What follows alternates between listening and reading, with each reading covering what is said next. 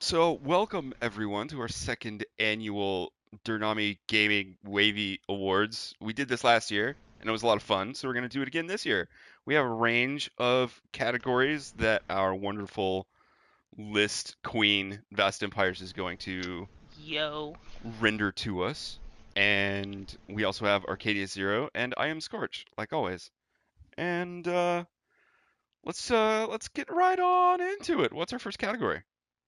First category is Best Game Sound. This category, we usually have a bunch of different options in here, ranging from the sound mixing, the soundtrack, the voice acting. It's all in here in our choices. I'm going to run through them, and then, as always, we'll argue our picks and decide who wins the category. All right, first on the list Monster Hunter World, next God of War, Spider-Man, Assassin's Creed Odyssey, and Detroit Become Human. Hmm, Arcadius, I'll let you start. Hmm. And this is for soundtrack or just kind of all the game sounds in general? this is for Game If we have sounds sound. in general. game sounds in general. See, I'm torn between God of War and oh my God, you just said it. The hunting game. Oh Monster my Hunter? God, what? Monster Hunter Monster World? Hunter. Because both of those games had very exacting sound effects for what you were doing, and they Mm-hmm. both seemed pretty clean cut for the most part, no pun intended. But uh, hmm, that is a toughie. I'd have to be between those two. Okay. Well, would it sway your opinion at all to tell you that I'm gonna go for Monster Hunter World in this one? And it's Uh, because it's a little stilted in my opinion because I've never experienced a Monster Hunter game before, and all of those Mm-hmm. sounds were new to me, and they are always, as far as the sounds in Monster Hunter World goes, very unique and direct to what you were doing in a way that I had not experienced before, and I enjoyed it. I enjoyed that level of specifically this sound comes with this weapon, comes with fighting this thing, bouncing it off of this part kind of directness that came with that okay. game. I will say that between the two of them, I think God of War nailed it with greater clarity and exactness, but Monster Hunter World had a greater variety of sounds. Yeah, I I'd say think you're for not that wrong. reason, with the freshness of the variety, I would probably go with that then. I would also say that it has a pretty good soundtrack too. Monster Hunter World, Yeah. like putting all of those things together. Um, God of War had a great soundtrack too, but I feel like Monster Hunter had a bigger variety of music, just to go with the different areas that you're in, and then the hub worlds sounded different, and then when there were events, the music changed. So there was just a lot of different musical sounds there, which I really appreciated. Yeah, definitely. But Agreed. my picks would be between Spider-Man, Marvel Spider-Man, and Assassin's Creed Odyssey, and I would go that direction because um, if only because above music, which is one of my favorite things in games, I really like voice acting. Hmm. And I really enjoyed the voices that I heard in those two games above the rest of the games that are on there. And if I were voice acting alone, like across the board, well, Monster Hunter World is probably to me the weakest. Um, Oh wow. but in terms of voice acting, Oh, for For it voice wasn't voice acting, yeah. acting, I would put it voice pretty acting. low. Yeah. Yeah. If we're And gonna so voice act, I would definitely give that to God of War out of those picks. Maybe Spider-Man actually, but I Spider-Man don't was know. It'd pretty be a contender good between those two. for voice acting. I thought it went really well. And the narrative they were pushing in Spider-Man was pretty good too. so I haven't played Red Dead, and while it's on my list, Detroit Become Human, I didn't play it either. However, I watched a little bit of the cutscenes for those because for the awards, just so I wouldn't just completely be lying to our Yep. tens of viewers who are going to watch this. And I thought that the voice acting in both of those games were really, really strong. I really enjoyed uh, the voice acting in God of War as far as I got to. That Oh, caveat. that's right, However, folks. She didn't Yeah. complete it. She stopped at the best part. Yeah, she really before the did. best part, Oh my gosh. On the doorstep how of the best part. I was like, looking at the welcome mat, and I was like, I don't know. This doesn't feel like I'm welcome here. Anyway, we'll get to that later. Oh, goodness. But I really liked the uh, the full range of voices that you heard in Spider-Man. So I think I'm leaning towards Spider-Man in this category. That's all. That's all I'm saying. It's a solid pick. So solid pick. So All we right, so we splitting this got three two ways. However, Monster Hunter we Worlds and a Oh, you're Spider-Man. going Monster Hunter World. Okay. all right. So it sounds like pun not intended. The best game sound goes to Monster Hunter World. Congratulations. You won your Wavy for the year. Oh, we're going majority rule this time? We're not getting out of Hacksaw? No, I think last time, unless it was a three-way split, it went to uh, The majority. the majority because we are something of a democracy in our voting. Okay, okay. So Monster Hunter World, you get a wavy. I know that means nothing now, but wait for like 10 years and it's going to be a big fucking deal. In due time. In due time. Okay, next we go to one of my favorite categories, best gameplay. And on this list we have Marvel Spider-Man, God of War, Monster Hunter World, The Crew 2, Ni no Kuni 2, and I'm actually taking this last one off of the list because I didn't get a chance to finish or even start it. So those are your options. Best gameplay. Hmm. Well, this is separate from the story, or not to be construed as that. So, since it's not really counting the story of the gameplay, I would probably say, as far as game mechanics go, Spider Man has a bit of a leg up, in my opinion. Me too. Yeah, I mean, its mechanics are really I mean, nice. the freeform play that You it felt had great. was pretty much not like anything else. It felt pretty good. All right. Well, before I shill for Spider-Man, I am going to say that I had never played Monster Hunter World, a Monster Hunter game prior to Monster Hunter World. It was a brand new experience for me. Uh-huh. I did not until the beta. Did we alpha and beta that, or did we just beta that? I want to say we just Um, baited. I think I may have been in the alpha, but no one else was because it was such a short amount of time. Yeah.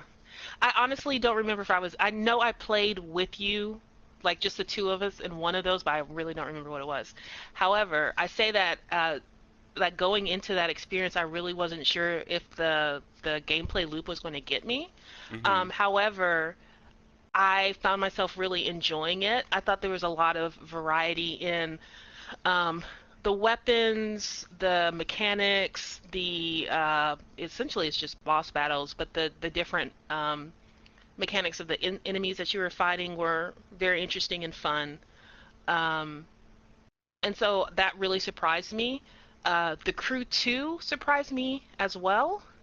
Uh, it's tough out there for racing games, in my personal opinion. Oh yeah. Um, and it's been a while since I've played one where I felt good racing, and the way that they allowed you to have the different racing types, like water, and then off-road, and then the air, which I completely sucked at. I'll just go ahead and put that out there. Oh, dude, me too. Um, The air races were the bane of my existence. they were so terrible, They but were. it was fun to play. And like that first race that you did where they push you through all of them was a really fun experience. Um, And then I put Ni no Kuni 2 on here because it's the closest that you get to being in a Studio Ghibli game. However, or film. However, they actually shook up the formula a little bit and gave you some different gameplay elements. So there was kingdom building, and then they also had like the mini war game or tactical um, war game where you went and you took over small little territories with your army. And I can't even remember what those. I think not Zenny, but something like that. Anyway, that was a lot of fun. Um, that's why I Like a put them turf on the war? list. Huh? Is it kind of like a turf war? I don't know. I Yeah, didn't play that. it Yeah, me was. neither. It was, and it was a lot of fun. It was one of those things that I really enjoyed doing. However, with all that being said, I have to swing my vote towards Spider-Man because not only did they give me like the really hardcore Oof. web slinging, battling, but they also had fun mini games that I enjoyed. Not everyone liked them, but I enjoyed that there was a variety there and that I can just go and do them and then get back to the main story when I wanted to. I gotta admit, the gameplay on Spider-Man was pretty solid, but I was one of the people where the mini games really kind of got tiresome towards the end. Well, if you But binge it, it probably would. that being said, well, I'm really trying to I'm trying hard to pick one between Spider-Man and the Crew because the Crew 2, I should say, is uh the first racing game that I had picked up in 5 or 6 years, maybe seven, and it was enjoyable enough that I just drove around the map, and Yeah, that never happens. You know what I mean? yeah. So I might actually have to give it to the Crew 2. Okay, it sounds like we have another split with 2 votes going to Marvel Spider-Man and 1 vote going to the Crew 2. So, Marvel Spider-Man, you have won this category today, Best Gameplay. Congratulations. Woot. Yay! All right, next we're going to a really, to me, it's a difficult category because it makes sense, but I feel like we're, for the next at least 3 or 4 years, hopefully we'll be doing this in 3 or 4 years, there's going to be like some of the same names appearing every year. And this is the category biggest bang for your buck, where we look at all of the options out there for free to play or game updates and let you know what's good. This year we have 3 games that made it onto the list: Warframe, the ever-present Fortnite, and Space Lords, formerly Raiders of the Lost Planet. Mm. Well, seeing as how two of those are pieces of shit, I'm gonna have to go with Warframe. Yeah, I can definitely say Space Lords does not make the cut.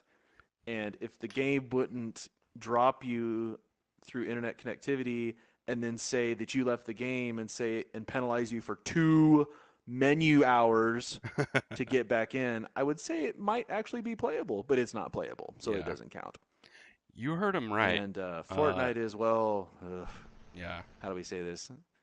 it's overplayed and it's garbage. Yeah, well, not just the fact that it's overplayed, but the fact that we actually played it a lot way before the open battle royale thing was even in existence. Yeah. And it was fun before battle royale came out, and then I don't know, in my opinion, it just kind of went meh.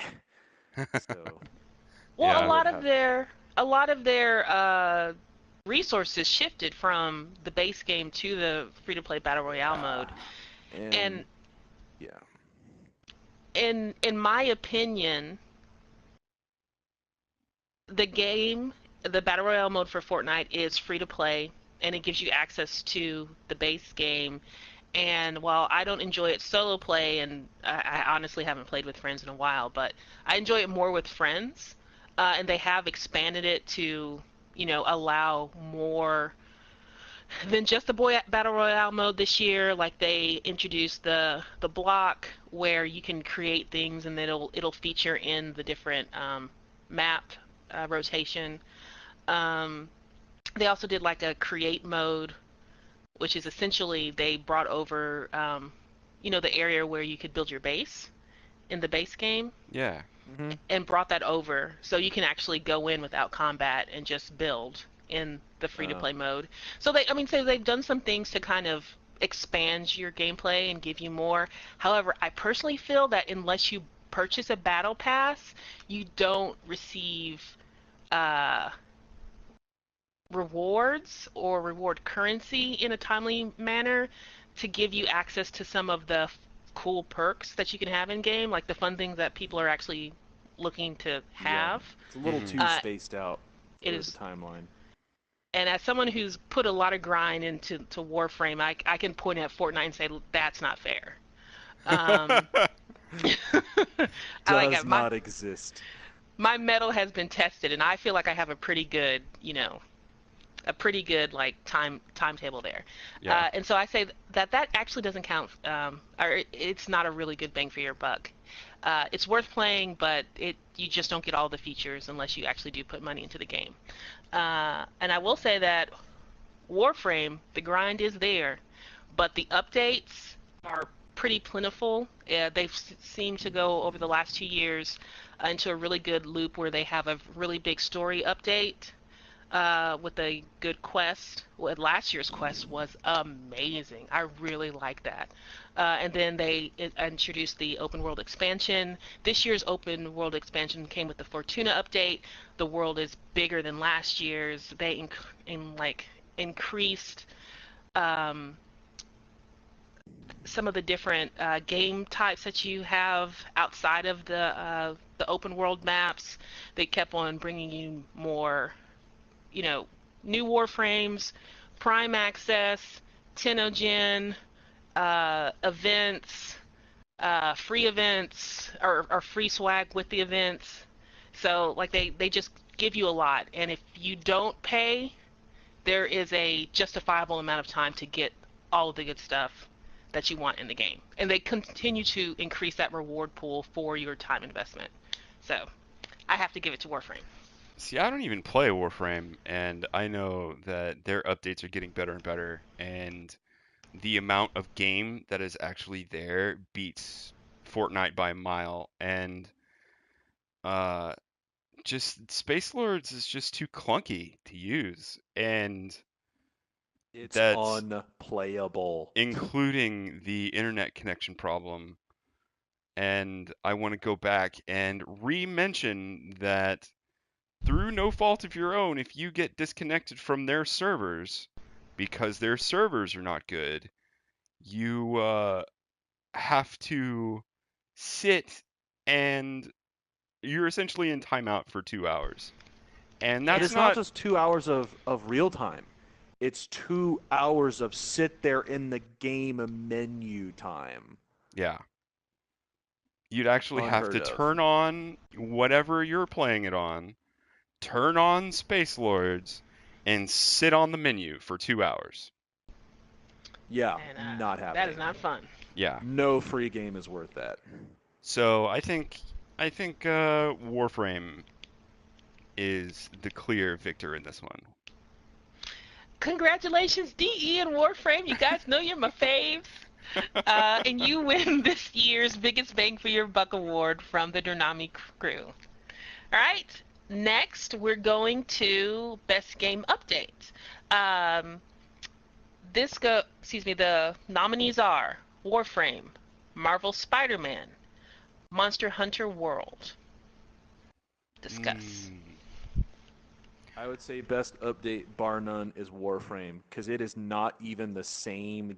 It has been updated so much and so drastically in a good way that it is not even the same recognizable game that we started playing when it first came out. It's just nowhere. And it has evolved into a much, much bigger game than I thought it was going to be. well, we're talking about the best game update in 2018, I mean, and even if we take just this year's updates, yeah, I think Vast mentioned a few of them. I would hmm I would still go with them. I wouldn't necessarily lump in them completely changing the dynamic of the game itself since that happened earlier on. I can totally see where you're coming from in that.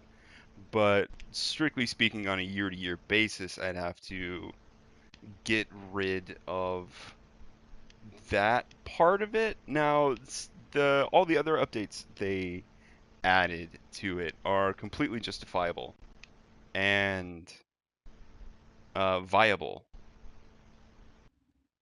And I'm split again between uh, Warframe and Monster Hunter World because I really Hmm. liked their addition of that giant gold thing that you fought.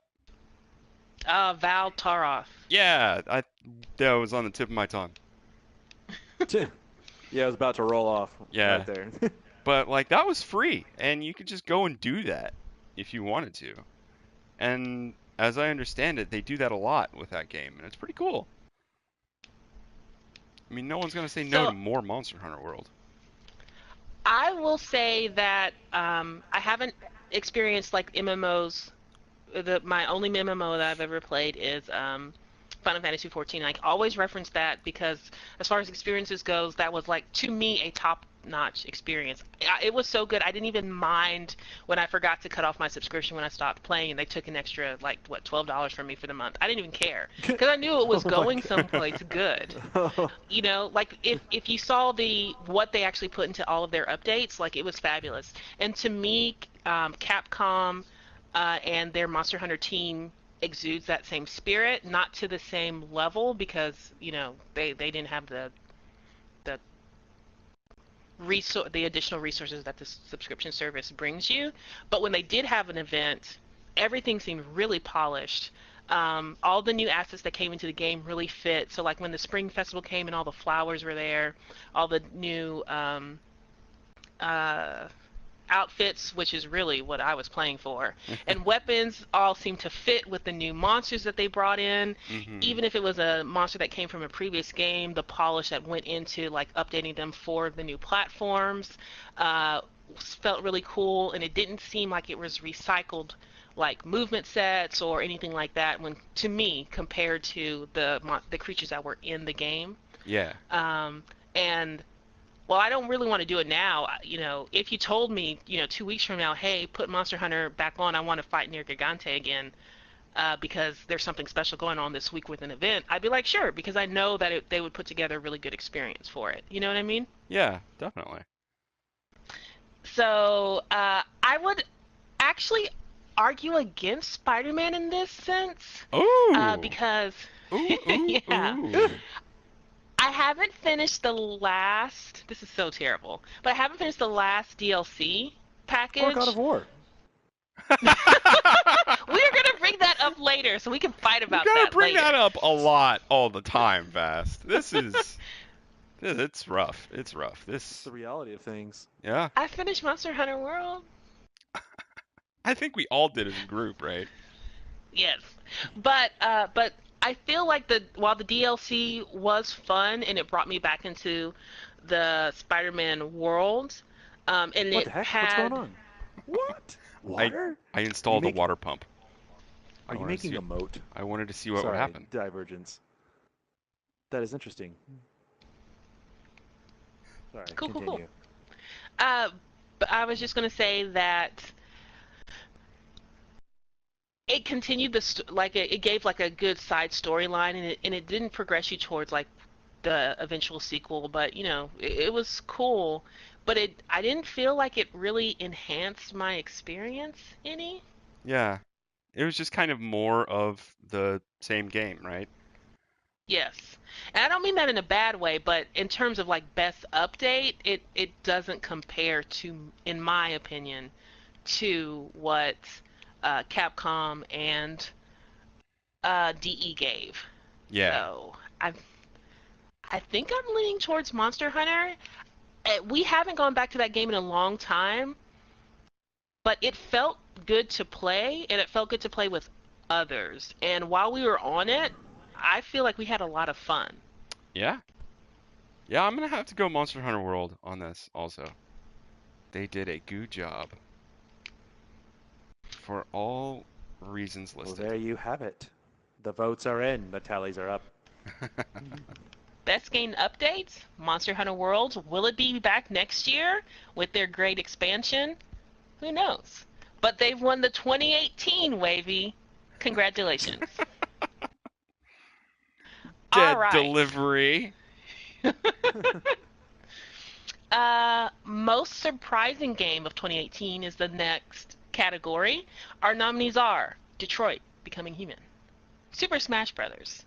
Ultimate, Darksiders 3, and The Crew 2. Take it away, boys. Did not play Smash because I don't have a Switch yet. Have not Yet. played Darksiders 3. There was another one that I probably didn't play, so by default, I'm gonna have to go with The Crew 2. Okay.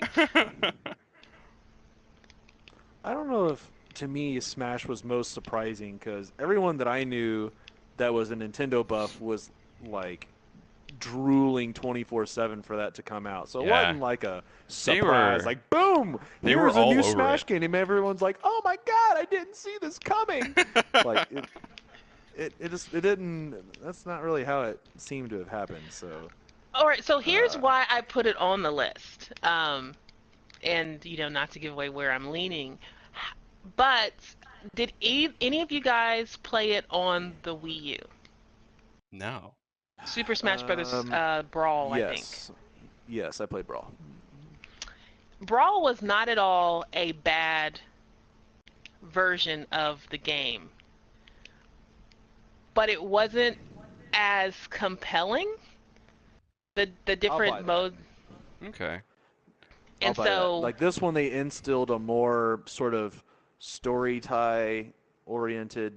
Basically, they interlaced the characters a little more, from what I understand, with some kind of backdrop story.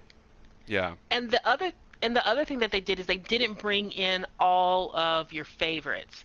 This game brought everybody, Yeah. This is true. everybody, I mean, except for and that's what, Waluigi. except for Waluigi. And He's a support Waluigi character, but fans, Waluigi fans, you know what? Who cares? Because there's Oh Marth, man, them's fighting there's words to some Roy. people. yeah, really. You best all watch the, out. Someone's gonna come shank you. all that matters is that there's young Link, the cast from Fire Emblem, and Sheik and Zelda are in the game. I kind of still wish that they were the same character, but they split them apart, a couple games ago. I'm okay with that. Those are the only characters who matter. You have your Fox, you have your... No one cares about Waluigi. What's he gonna do? Nothing. You're Fighting gonna have words. to Come fight me in the comments. Come fight me in the comments. You're gonna have to watch it back. If you start finding like sets of really lanky overalls in places, they're looking for you. Purple shirts and shit. It's gonna happen. Better watch out. I feel that Detroit Becoming Human was an industry surprise. It was very warmly received. I don't know how well it sold, but I watched a lot. Well, I don't want to say a lot, but I've watched some streamers playing it. I watched the majority of the cutscenes, and then one of the voice actors who all of the voice actors were modeled as the characters in the game, and so the voice actor, I think his name is Brian Deckert, who played the main character of, I think his in-game name was like Connor. He did a live stream of him playing the game with his wife, and I saw a bunch of tweets running around about how touching it was watching him play the end of the game. Oh So yeah. I watched that, and I was like, wow, this is a kind of heavy moment. And that's what actually made me go back and look at some of watch the cutscenes in the game. And they did a really Okay. good job, and they pulled some really interesting emotions. I don't think that the game necessarily worked at all points, but I think that they set out with a pretty high goal, and they came really close to achieving that narratively, and that was surprising to me, and I think it surprised a couple other people in the industry because their previous games didn't do as well. Yeah. So True. having not played Detroit Becoming Human, would you still vote for it as A surprise? That's, Like the surprising game? where does this water come from? I would vote for it. Welcome to 5 minutes I ago. don't, however, my vote is actually going to go towards The Crew 2. Really? Yes. You put up a solid argument for Detroit. I'm kind of surprised. It's a surprising category. But until I sat down and I thought about what I played this year, and it was a rough year for us guys. We didn't play nearly as many games as we did last year. Yeah, that's And true. hopefully 2019 will be much better for us. But the Crew 2 really surprised me. I was surprised with how much I enjoyed just playing that game. As I said before, it's been a long time since I've picked up a racer that I just really liked playing. And like Scorch, I just cruised around the country, like going from race to race, Yeah. and it felt good. It was a good gaming experience. It was really relaxing. The soundtracks were pretty cool, and if I wanted to, I just cut the music off, had my own music playing, and then bam, I was Yeah. having a good time. So it that sounds is like, my pick. It sounds like the Crew 2 has clinched a victory here in the Wavys for most surprising game. Congratulations. Well earned. Right, we're knocking them down. Yeah. Knocking them down, guys. We're on to the next category, best re-released game of 2018. So which Spyro are you going to pick? I knew that was coming. So the nominees are Secret of Mana, Shadow of the Colossus, Dark Souls Remastered, Diablo 3 on the Nintendo Switch, and the Spyro Reignited Trilogy. Well, you know where my I can't say I loyalties played lie. as much Spyro, but I did play Spyro back in the day. Mm-hmm. And I was beaming from ear to ear when I heard they were going to be redoing Spyro, just for the sake of knowing how fun it was when I did play it. Oh, yes. And that everyone would be getting a nice, fresh version of it. Mm-hmm. I could argue for Shadow of the Colossus here. I thought it was a really good remaster. The game was just as lovely and haunting and lonely as I remembered it being. Did you play it? Yeah, we played it together. I can't say Like I not- Shadow played of the that game, Colossus? so I can't say as much. Yeah, you were playing it and I was playing it at the same time. You don't remember this? Barely. Not the whole thing. Listen, We didn't play the whole thing together. I've already blacked out most of 2018. Like, It was such a long ass year. you know when you audit FBI, like FBI papers, and they redact it all with that super black ink? That's what 2018 feels like to me. So you can say that great it redact. happens, and then I'll have to tell you that I can't confirm or deny that. The Great Redact. Yep. But yeah, I'm gonna have to go with Spyro. I mean, I love Spyro as a kid. They did a really good job in the remaster. I would say that it is a better job of remastery than Shadow of the Colossus was. Mm-hmm. Well, you know what? I'm not going to argue that because I watched your gameplay, and it really brought me back. I wasn't a kid when that game came out, but my brother certainly was, and he loved those games, and I enjoyed playing them with him, and seeing Spyro on the screen again just made me happy, like just really happy. Yeah. And it was good to see. And I Yeah. felt it was better and more fun even than the Crash reboot that came out last Oh year. yeah, absolutely. I was not a fan of the Crash reboot. Crash is so annoying to play. Yeah. Spyro is not. Crash It is is annoying not shit. enjoyable. Yeah, Crash Bandicoot to me is not enjoyable to play. And if you don't know what It we're is talking super about, frustrating. watch any of the levels where it's just a bridge, and you'll know exactly God. why. Exactly why we're saying that Crash is so annoying. Oh my god. Yeah. Just the worst. So Spyro, you win. Hands down. Hmm. Hands down. All right, congratulations, Spyro, the Reignited Trilogy. That takes us to our next category, games that we wish we played this year. As we said before, 2018 was a pretty long, uh, Pretty crummy. It pretty was crummy it was year. difficult. It was a Yeah, difficult year, on many but we got fronts. through it only without as many games as we did the last year. Yeah. So our list Yeah. is a little trimmer. However, I think we have some games that we actually didn't talk about earlier. Uh, however, those on the list are Detroit Becoming Human, Red Dead Redemption, Valkyria Chronicles 4, Slime Rancher, Astro Robot Rescue Mission, and Soul Calibur 6. This is a wide variety of games, guys. Let's get Yeah. started. So I can't vote for Soul Calibur 6 because I own it, and I've played about 5 minutes of it. What? Yeah, you didn't Yeah. know that? No. Yeah, Yeah, he snuck in and got some Soul I Calibur have in. I've got the Soul Calibur. Um, I wanted to play Slime Rancher. Me too. I mean, Portal Knights is kind of a decent stand-in. They look kind of similar, but you're not ranching any slimes in Portal Knights. I mean, you could try to ranch some slimes if Want you to want, ranch you me know. some slime? How do you do that, Arcadius? What's your plan? What's your I play? mean, if we like took away the ward and built a fence and just let enemy slimes accumulate, you could have slimes. There you go. They're not going to be ideal, and they will bite your head Eh, off. But eh. I mean, it's a It vain wouldn't be attempt the at slime same. It ranching. wouldn't be the same. Oh no, it wouldn't be the same, but you could still ranch the slimes. And if you're wondering why it's on the list, it was released on PS4 in 2018, even though it was on PC earlier. And it just looked bright, it looked colorful, it looked fun. There was a jetpack, and you can ranch slimes. Yeah. Another another thing on my list is Soul Calibur 6. I loved the Soul Calibur series.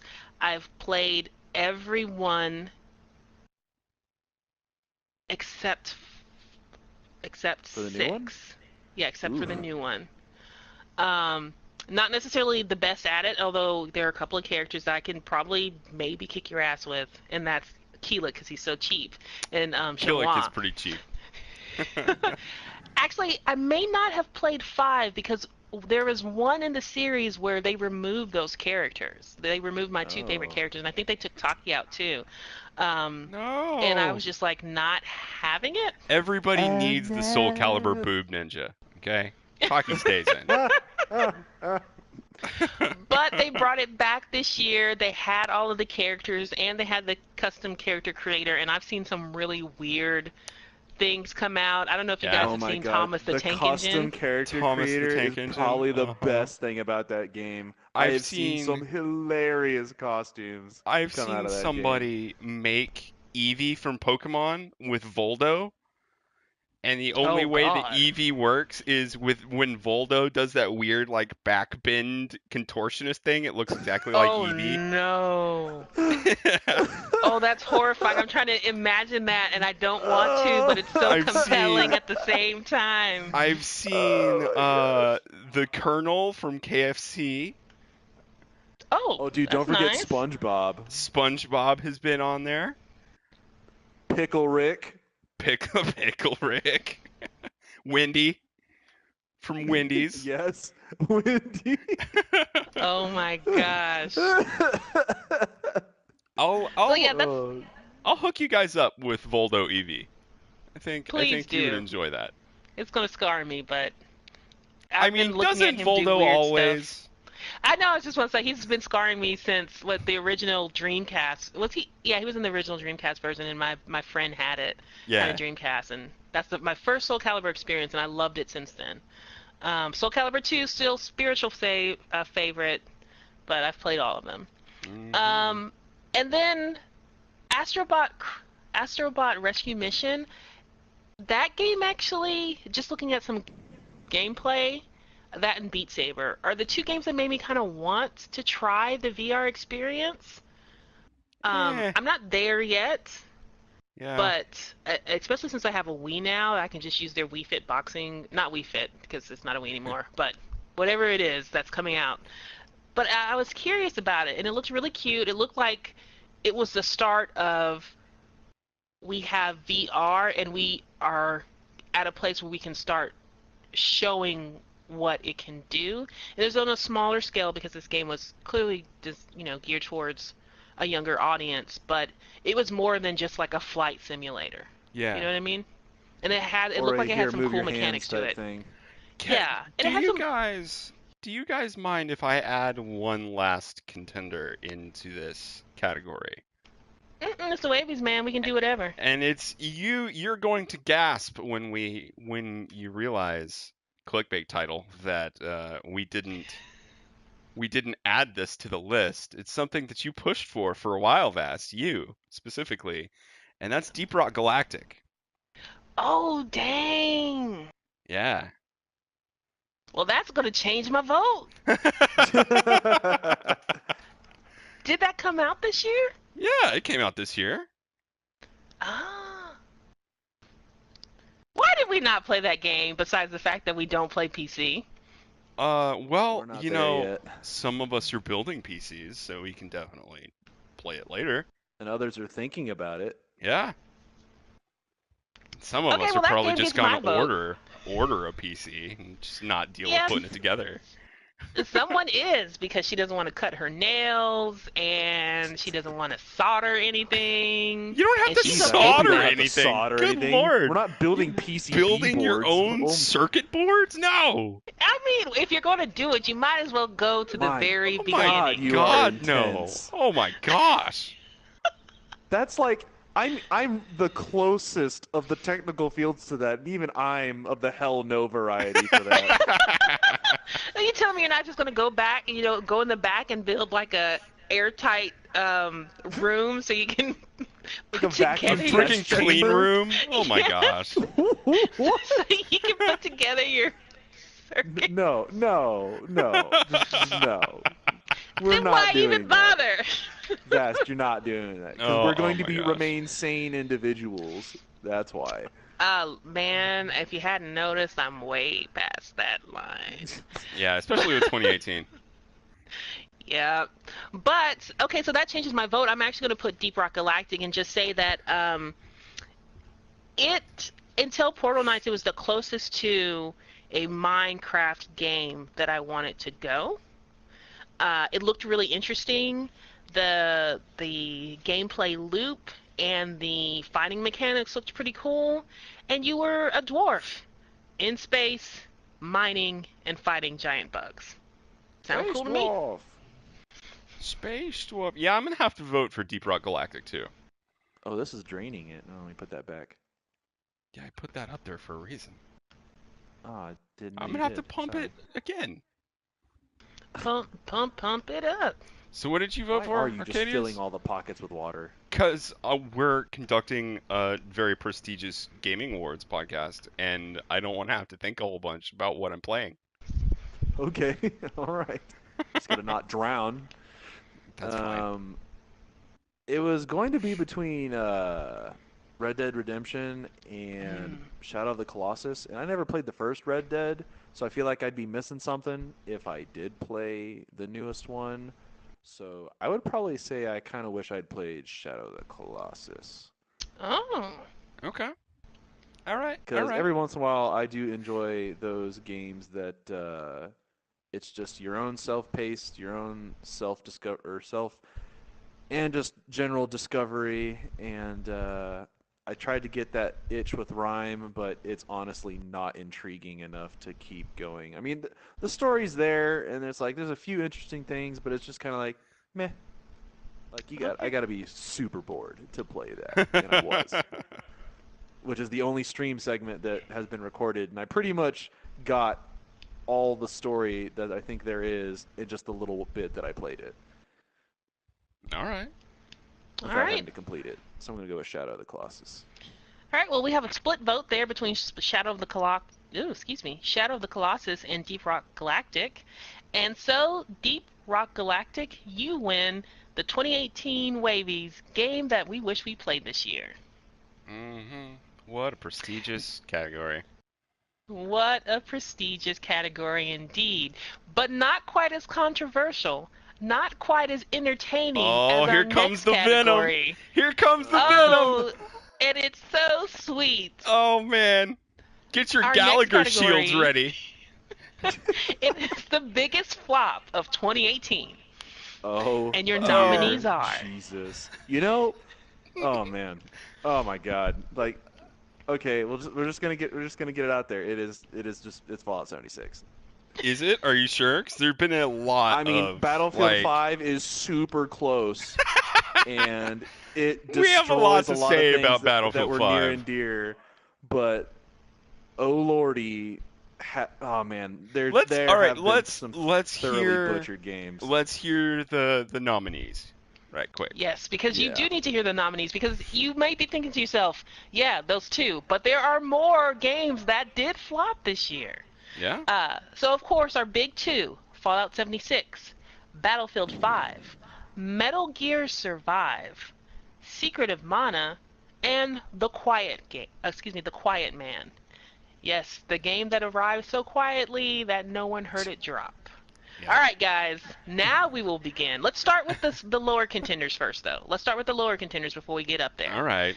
The Uh, Wii contenders. So the Quiet Man. Let's nail that first. I saw a preview of it at E3, and that's it. And I didn't know it released, and that was his entire footprint on the rest of the entire world. Oh, it came out? Huh. And that was the common phrase. Yep. yeah, Pretty much. pretty much. And let's be honest here. The actual trailer for it was like this weird mismatch of live action and 3D or CGI and game experience. It didn't really set the tone, and it felt very weird. And you're kind of not necessarily intrigued, but just curious enough, and then nothing. Yeah. It's more Like, like the feeling of why is this happening versus yeah, anything else. Yeah. Kinda. kind of. That's exactly it. It's like, what is this that I'm experiencing, and how do I get it to stop? But then the game was released to little or no fanfare. Didn't feel like there was a press junket. No one was talking about it. And then the year ended, and yeah, that Yeah. happened. I Or did don't. it? I don't. Uh, I have no idea what that game is even about. I can. That makes two of us at least. It. I think that makes a whole industry. If you. All right. So in order for it to be a flop, you have to be big enough to make a flop. And this wasn't even a whisper. It was like a piece Yeah. of notebook paper falling onto the ground. It was nothing. Mm-hmm. No, that'd be notebook paper falling onto a pile of feathers. That's it. Yep. What's next? Secret of Mana. This is my pick for the not excuse me, not my pick for the category, but my nominee for the category. I had and this is just tells you that you just need to let some of your favorite things stay in the past, unless it's handled very well. But this was a game that I absolutely loved. It was my first multiplayer gaming experience, and it was one of the first games that came out ever that allowed for multiplayer on a role-playing game. You could have up to 3 players play this. So my best friend and I from like elementary school would sit on her parents' couch and just play Secret of Mana for ages and ages because we could play it together. I love that game so much, and so when I found out that they were revitalizing it, they were remastering it with new like character models, like from the ground up, to make it look better and feel better. I was just so excited to play it, and I even convinced Scorch to play it with me, Yeah. never realizing that the main mechanic of being allowed to play with others would not be updated for the new century like the graphics had been. And so I was Mhm. so abysmally disappointed that I could not share this experience with my current greatest friends. And so it is Well, on this list that's a for lie. breaking my heart. Breaking my heart and flopping. Flopping. I tell Oh. you, flop. Well, we're getting into the Next heavier on the ones. All right, next is Metal Gear Survive. Yeah. This is what happens when you try and make a Metal Gear game without Hideo Kojima. It doesn't work. All right. Mm-hmm. I mean, everybody liked Metal Gear games because Hideo Kojima was at the helm, and without him, it's nothing. And they turned it into what, a horde mode survival? Basically, you didn't even have a named hero, and you just had a group of survivors trying to, yeah, Yeah, fight zombies. you don't do that. You Zombies. play as Snake, all right, and that's including Metal Gear Solid 2 when you played as Raiden and no one liked him because he was a whiny blonde bitch. So you Wow, stick with someone's Snake. got some reservations. You stick with Snake, all right? But it doesn't matter anymore because Konami is dead to me. They probably did to themselves right now. They've Yeah. lost And its on top of Hideo. all of that, on top of it being a disappointing game with a really lackluster, monotonous single player, I'm sure if you got a group of friends together and played the survival modes together, it could be an enjoyable experience. But that's not why you're paying for the full game, right? No. And then they also had some really, if I recall correctly, some really outrageous microtransactions baked into the game that just made it even less savory to see. Yeah. So for it to have such a proud tradition to be just completely like broken down to be a really quick buck machine, and then to fail in that, uh, it makes it a really big flop in my opinion. Oh, definitely. But it's not as big as flop as the next two. If I could, stumble through And my the words next, correctly. The next let's two talk are some maybe Battlefield 5. epically. Oh Oh my my God. god. So Okay, let's start with numbers first. Let's go with the hard okay. facts. Let's start by saying that while on Christmas break, Arcadius visited me at my abode, and we ran some numbers on Battlefield 5.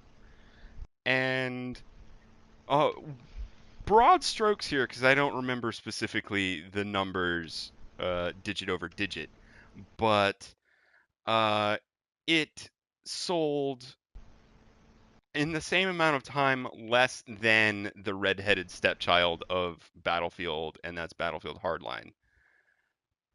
And no one liked that game. Ooh. Yeah, let that sink in for a moment. Battlefield Hardline, one of the games that almost the entire Battlefield community went, nah, no thanks. Yeah. It sold less than that one.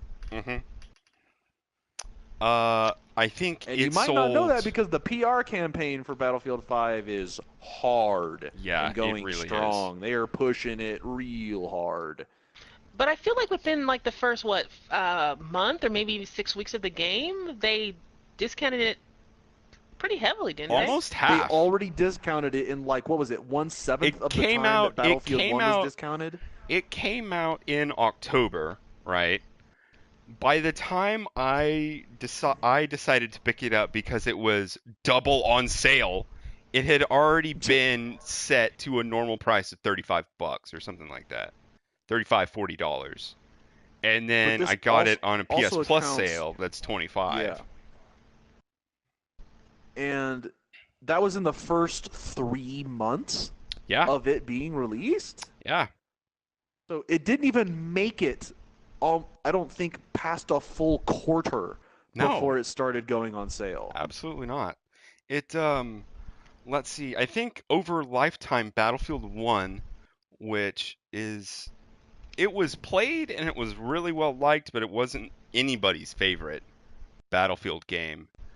Sold about 7.5 million units over its lifetime so far. Um, Battlefield 5 is sitting at just over 1.5 million lifetime. Ooh. And Battlefield 1 has been out for just a year, a little over a year. Did it come out last Um, year, or is it the year before? it may have been the year I think the before. year before. Yeah, Let's just conservatively say 2 years. Two yeah. years, 7 million. First quarter, 1.9. And let's also be frank that gamers will usually spike the sale of a new game that they really want to play, And that number, that starting number, now you might say, oh, well, it's just going to gradually increase. Yeah, it could It's gradually front load increase in heavy. numbers, but it will still be on sale. It will not be garnering the full price like Battlefield, or command the full price like Battlefield 1 did for as long as it did. Yeah. So there Even is a stark difference in the quality of the game just by the numbers of how or when people are choosing to buy it, and that is, oh, it's on sale, so I might as well. They're not yeah, chomping at the bit to play it. which is what I did. Yeah. It was on And discount on a discount that made and we will me do a buy it. separate cast on the atrocious retardation that was in that game that I don't even want to suck up any of this doing, because we will go so far down a rabbit hole. But let's just say that we were very disappointed with how Yes. that game performed. As Battlefield Mm. veterans, we were very disappointed. Quite disappointed. Mhm. But All right, Ugh. that brings us to the next game on our list, which is oh, Fallout 76. Oh my God. Quite Bethesda. possibly the greatest PR fall down the mountain that has ever happened with games. They're still Bethesda. falling, y'all. They're still falling. What did you do? My heart, Bethesda. It hurts. Oh my God. Ah. Oh. Don't know. Yeah, it's really bad. It's pretty rough. Especially on me Like, who likes we won't Bethesda. recap it all because I think we have made or will make a video that recaps all of that. But they've just been falling down the PR mountain with no ability to stop or pump brakes. Yeah. Free fall. And we did calculate, just for some more number crunching, that in this last, save the day Hail Mary pass that they did to give everyone essentially free Fallout games of all the previous versions, They I believe, gifted everybody who yes. bought Fallout 76 a PC key for the Fallout Classic Collection, which is the first 3 games in the Fallout series.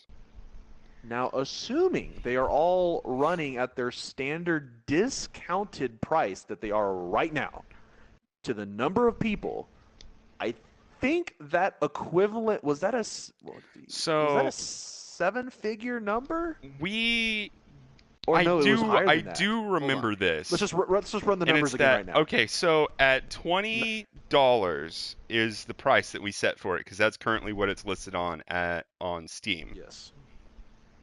I So think we decided that the total amount of free game that they gave everybody because of Fallout 76 was around the $240 million mark. that's exactly what Ooh. I thought it was, but okay, I was making sure it wasn't just me. It's in the hundreds of millions of dollars in face value at what they gave everybody. They gave So they away screwed up so bad as a $240 company. million They worth of were willing game. to forego that much money. Yeah, to say, I'm That is an sorry. unholy amount of please forgive us hush money. Yeah, Mm. Yeah, real bad. yeah. Real bad. Also, Oh, you want to put that pump and fill this moat? oh yeah, sure. I didn't know that's what you're And making. there are so many other things that went horribly wrong with the game. Not just including its launch, the reveal that it's just as glitchy as its predecessor, Fallout 4, uh, the canvas bag issue, the name and addresses issue, the Sharing of people's Nuka-Cola, credit card information issue. the sharing of people's credit card information issue. I don't know if you guys saw all the stuff about the one of the other collectible items that came with their high tier game packages, but there's a Nuka-Cola controversy that's going on, or a Nuka rum where you could purchase. I think it's like an $80 value of a Nuka rum, and you know there's controversy there because it's not as it appears or is advertised as. Yeah. And it's just one thing after another after another. They are hemorrhaging, they are falling down that mountain, and unlike Celeste, they can't seem to claw their way back up. Nope. Yeah.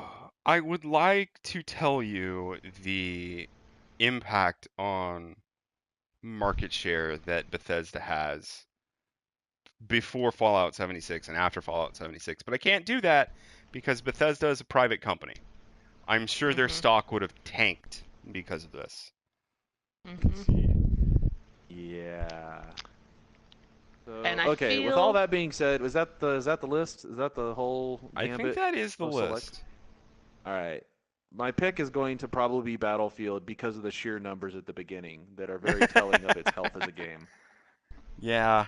I mean, the numbers are very telling of the health of the game right out of the gate. And if the thriving Battlefield community doesn't want this game, that pretty much seals the deal right then and there without any contest. I think I'm gonna have to go Fallout 76 because I I liked don't blame you I because liked it's an Bethesda equal so steaming much. pile of failure. Yeah. It hurt me personally to hear this, even though I didn't play 76. I did not play it.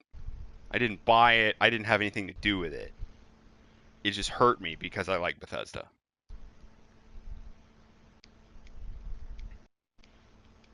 so it comes to me Yes, it does. to Yes, it see if I does. break the tie or if I go someplace else.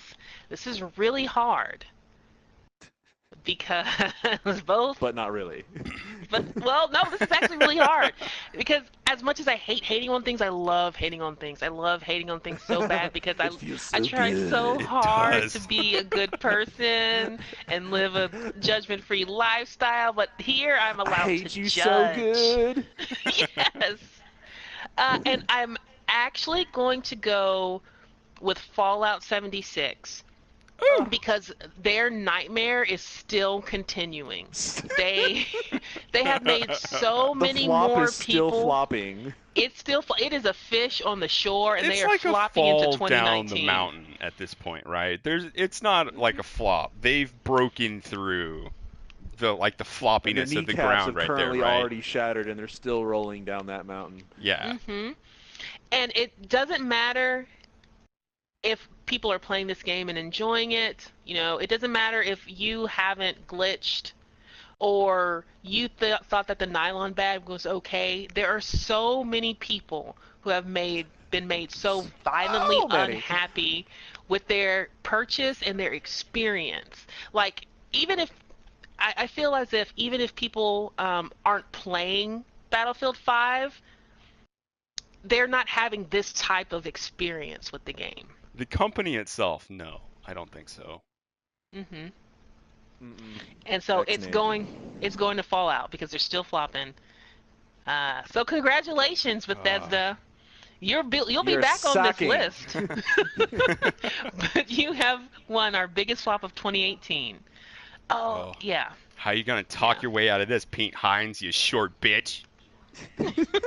How you gonna do Oh, he'll this? find a way. He's getting the script ready right I'll now see because you at he'll need like E3, a year to motherfucker. prepare. All right. So we're going to raise ourselves out of the ooze just for a moment, and talk about the best developer, producer slash studio of 2018.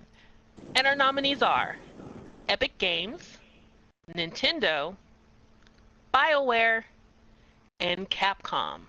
We're going to start with Capcom, who we're thinking pretty highly of right about now, with their return to form with Street Fighter, and of course Monster Hunter Worlds, and a couple of other things. So, gentlemen, take it away.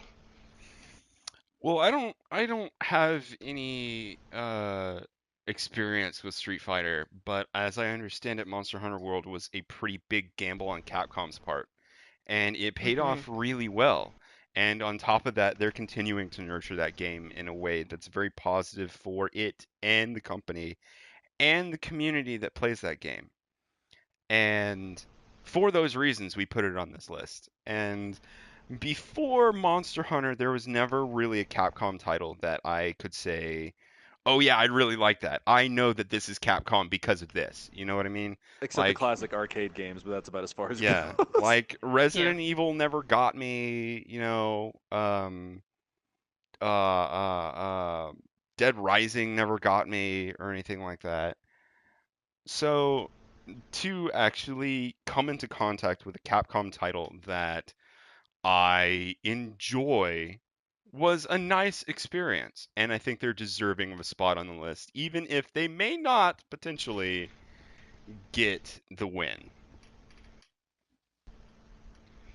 I also would speak on Capcom's behalf here, but even though I really enjoyed the experience, and I remember at the beginning of the year, we received, they celebrated certain milestones with the community in terms of like hitting numbers goals, and I believe they exceeded like 5 million units sold within the first month, and then they got to like maybe 7 million, maybe Pretty big deal 10.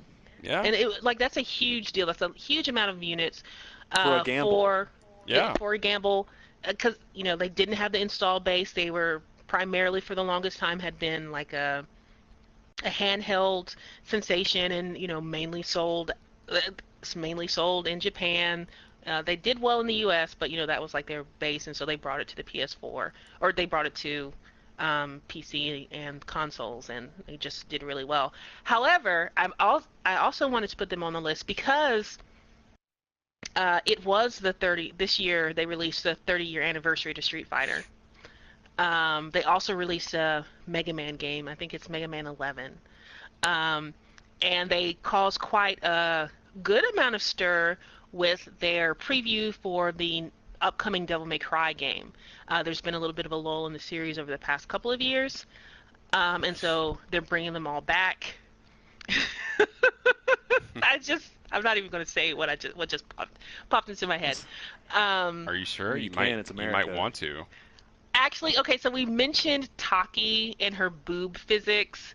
Yeah, Dante has dick physics, and it's about equality, okay? It's physics. about equality, and Capcom is bringing it. But in all seriousness, they have a very storied career. They've seen a lot of good successes this year. Oh yeah, Um, lots of plot. and if it in Thoroughly an packed. industry that is, it's notoriously difficult to start in and then to maintain in.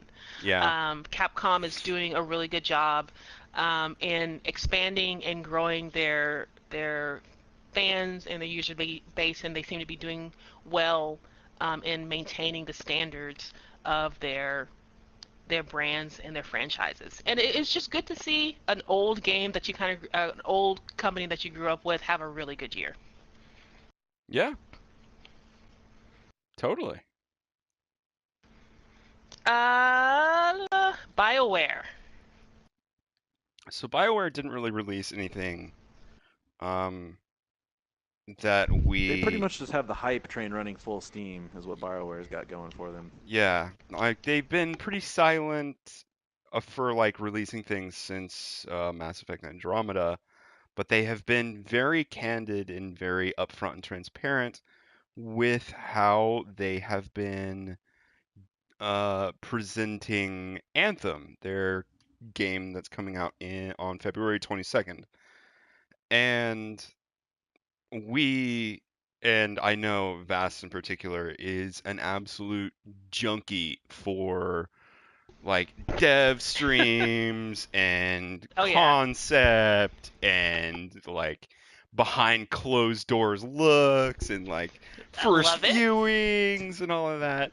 And BioWare has been delivering that in spades, and it has made Anthem a game that we all want to play because of the way that they are handling their PR right now.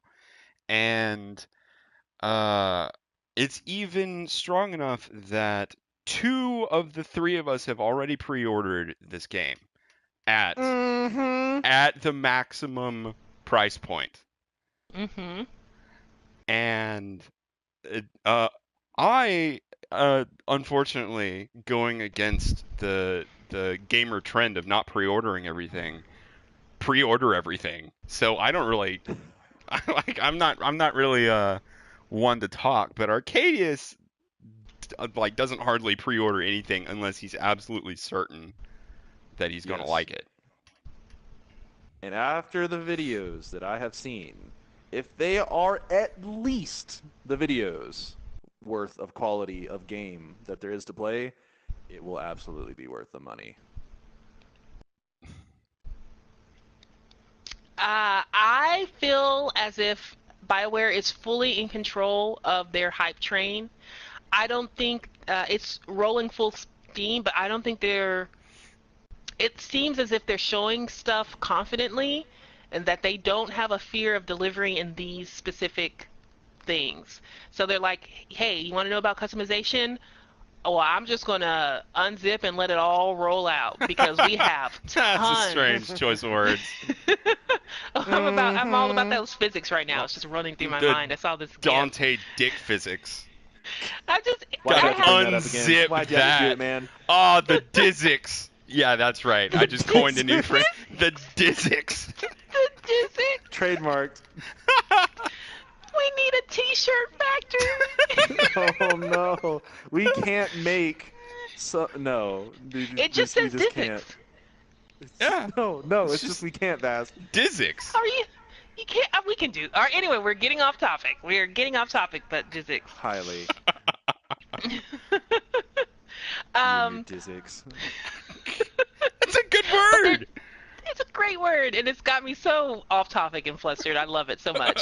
Um, but they're just doing a great job of showing us, that they're not afraid, that they have something that's special, that is fun to play, that'll finally give us like an Oh, action game to play together, hopefully for many hours. Um, Many. yeah, BioWare, and especially after the I consider it to be quite a disaster, if only because I didn't enjoy myself, of Mass Effect Andromeda. They've really just kind of almost, they didn't wipe it away, but they have really come back into form and said, "Hey, we got this for you. We're ready. Bring it But on." if it's to that scale that some of their Mass Effect games are, we can expect to play it for quite a while. yeah. I think we're in for Like a good time with that much is Anthem. guaranteed. Yep, I'm looking forward to it. All right, next on our list, Nintendo, the big N. It's been 1 year since they released the Switch, and they are still dropping hits and Hmm. selling consoles like only Nintendo can.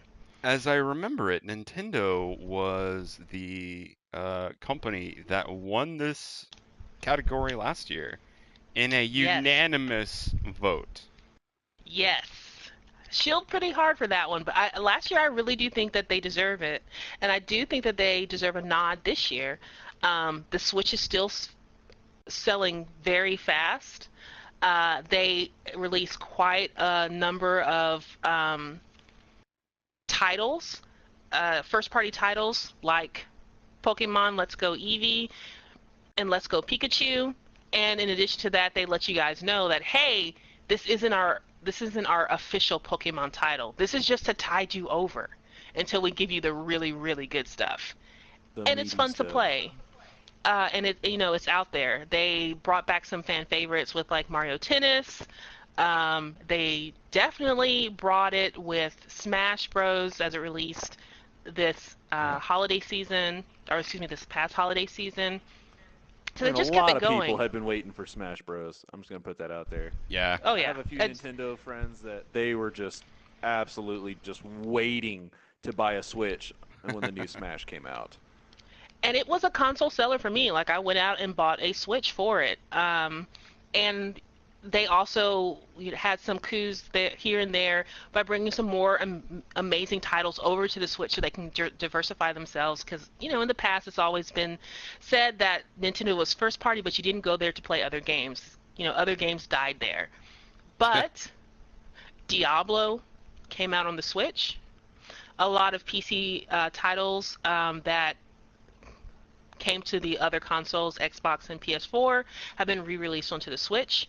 This year, Warframe came to the Switch, and within weeks, they had over 1 million player accounts registered to their Switch versions. Excuse me, to the Switch version. So they had another really good year of bringing fun, transportable gaming to the people. And I got a nod again to Nintendo for having a vision and actually achieving it with this console. And showing that you can do both. As far as like having fun, age-friendly games and also bring like a title like Wolfenstein to the Switch and have it sell. Yeah. I mean, whether or not it actually functions like Wolfenstein should is a completely different Yeah, topic. this is true. Yeah.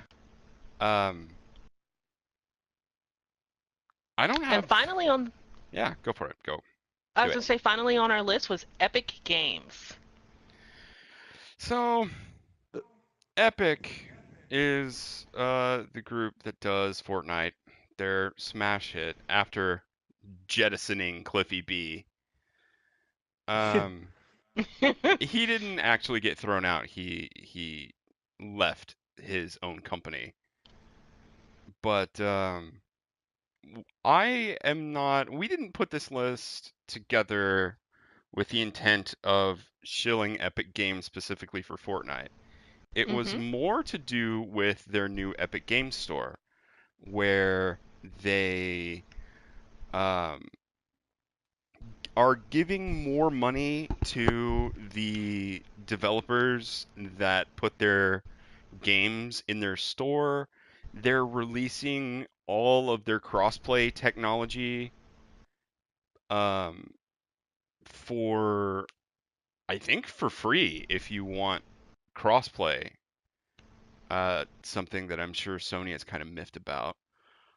Um, and just It's just gonna generally, happen. yeah, What they've Epic Games has done now has throttled forward the pace at which all of this will happen. So it's just a matter of time. yeah, Which is one of the reasons why I feel like they should be on this list. It takes in any industry, it takes a certain position of power and a certain amount of money to make change come in your industry. And with Fortnite, Epic was able to do this. And as a developer, yes, it makes really good business sense to attract people to your platform, and their platform being the Epic Game Store. But they're also forcing a company that is as big and as money making as Sony to give what some Step in the people, ring. yeah, yeah, and uh, change and allow for crossplay, because at this point it's not in Sony's interest to do it. It benefits their main competitor, Xbox, instead of them more. Um, but it doesn't matter because Epic has the money yeah, Oh and they yeah, can they they got the definitely do. moolah. That's for sure. and they can do it. Uh, and it does good things for developers and for players to have access to this. And so now you'll see, hopefully, studios receiving a little bit more revenue from their games, so they can put more out for their games, which will give us more interesting titles to play. Hmm. So what say So us three? Where do your votes lie, lady and gentlemen? Mm. this is kind of hard. I'm actually leaning towards Capcom, and I That's didn't what I think was I'd gonna say say. that. I Really? was gonna throw my hat to Capcom only because of the leap of faith it took, Well, and the see, fact that even that they're still following through with it. yeah, yeah. I I think I'm gonna have to go with Epic Games. However Ah. much, however much I don't really like Fortnite, I think what they're doing to the industry is on a whole a good thing. And it's for they're doing it for gamers, they're doing it for the industry, they're doing it for anybody that works in the industry. they're with their war chest that is Fortnite. They are spurring innovation for the goodness of the entire industry. And it's hard for me to go with Epic Games because I just wanted to be that vain asshole that said BioWare because I like Anthem. You know what I mean? Mhm. Mhm. But Epic Games is just in a position to do too much good for me to be that vain asshole right now. And I'm gonna have to say Epic Games.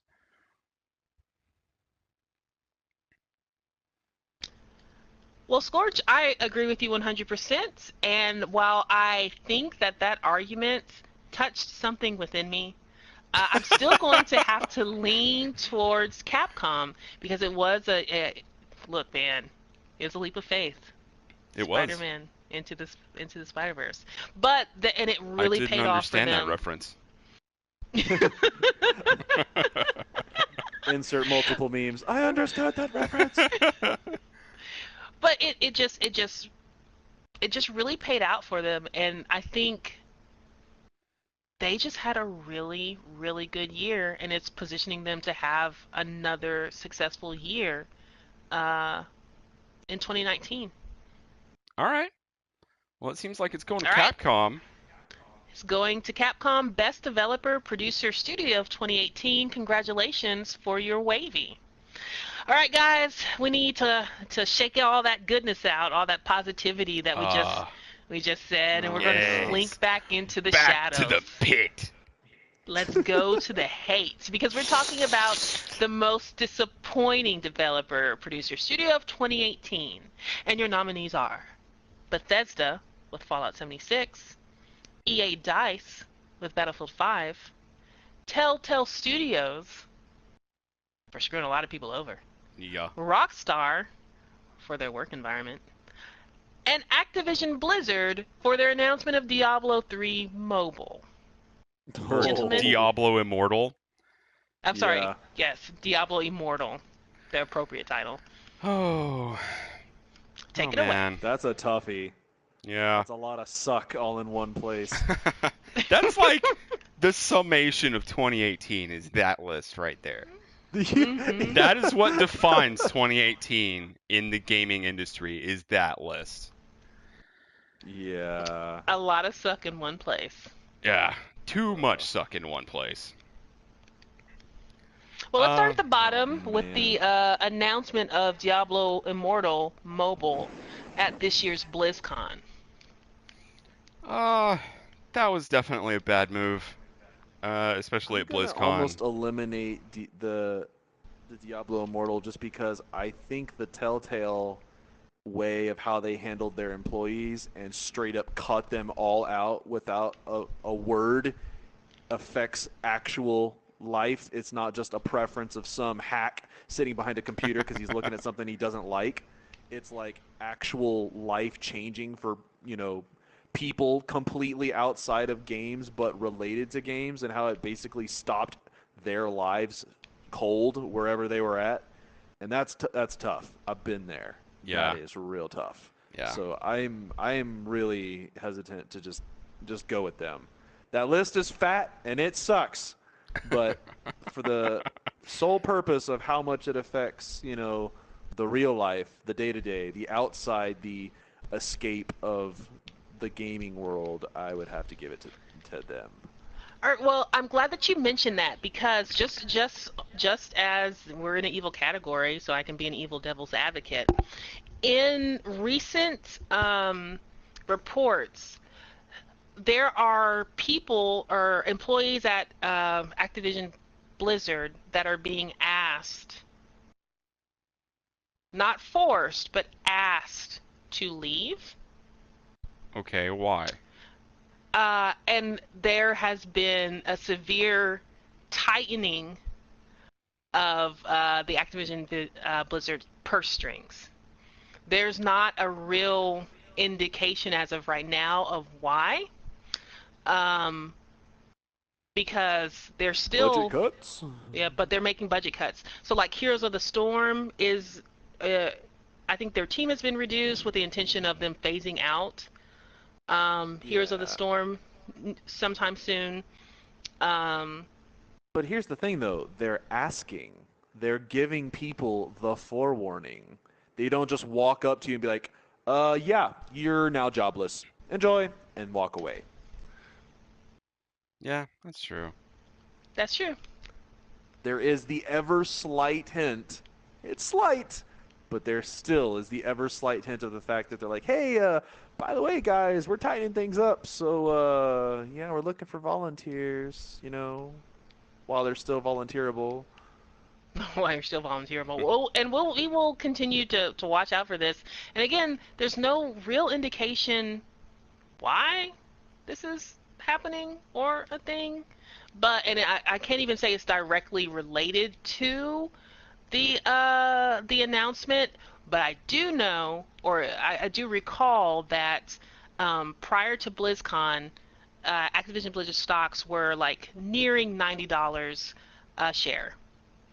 After BlizzCon, they dropped to below $80 a share, and I think they're like in the 60s, 50s right now. Well, So, here's a bit of a thing, you guys, and I haven't told anybody this. Like nobody. This is a first anybody has ever heard me say this, but I'm doing a small bit of dabbling in stocks and trading right now. mhm. Oh, enjoy And that. and I went ahead and looked at EA stock and Activision stock just because, I enjoy the industry. I want to see what all is going on. And Activision is trading at about $84 a share right now. Oh, so it's going back up. Yeah. Okay, and so like and my comments there, like I want to caveat all my comments, about that how do I say this, that that drop wasn't, the initial drop may have been, because of the announcement and investor confidence and all that kind of stuff.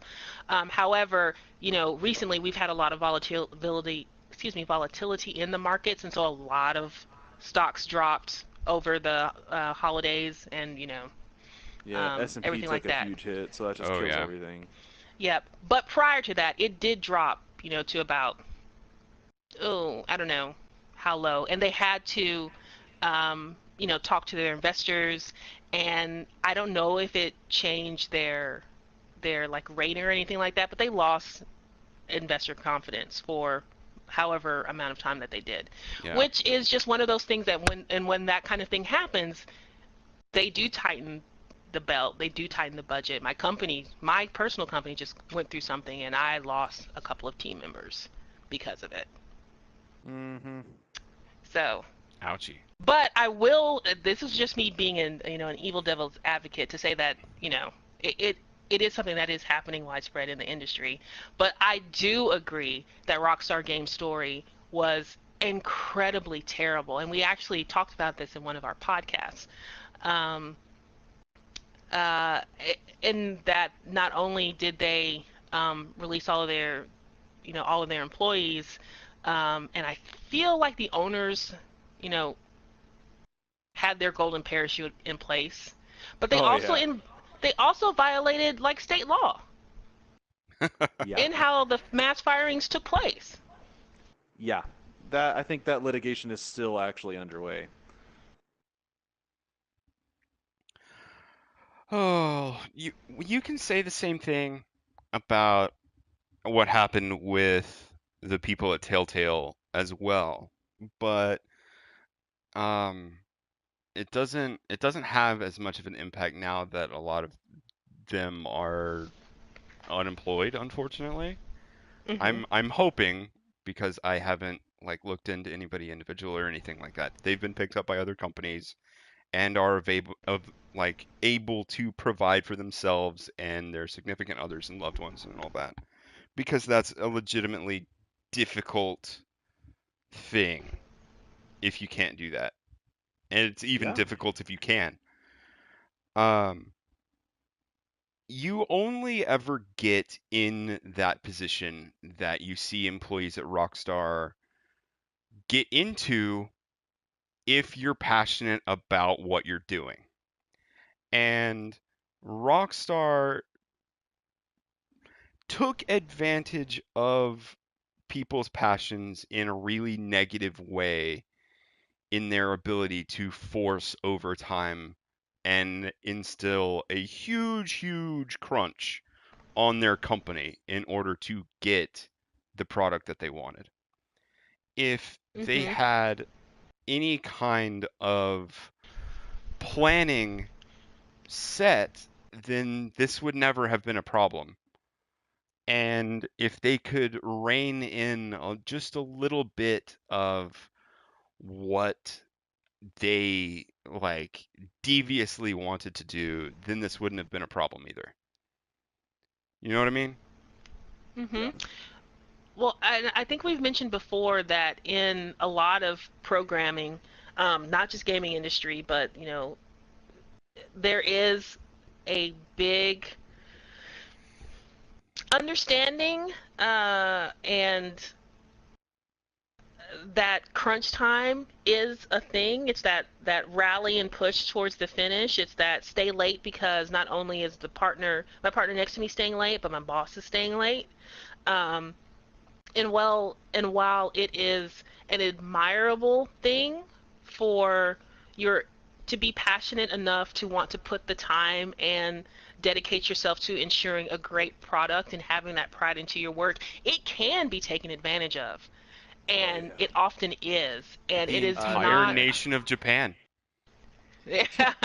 And look, U.S. isn't that far off. I mean, comparatively, it is, but like Oh crap. our pride in our work and our work ethic is a big thing. Even though we're also at the same time told that we're all like lazy and millennials and we just want terrible things. Yeah, that's And not really we true. just and that's not true. But Darn stigmas. it's just one of those things that I just feel like Goddamn it's baby it's just boomers. normalizing. Oh man, send him to space. That's another Motherfuckers. story.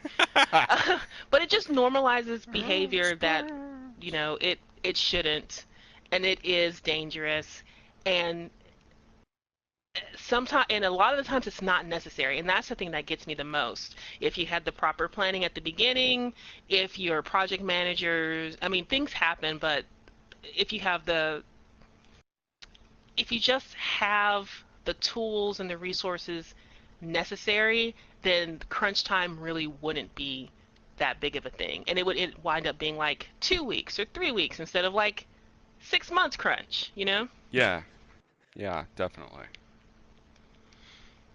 That's not to say that they should look down on the product that they created or that they release substandard stuff. That simply isn't true. But they could have definitely gone about it in a better way. Yeah. So All right. So what who else do about we have to shit on? we have to go back to the big two, Fallout 76 and Battlefield. Oh boy. And we can hit Oh, them lightly. yeah, I think we listed and aired our grievances Plenty. in the category that was like two slots before this. But Mm-hmm. Agreed.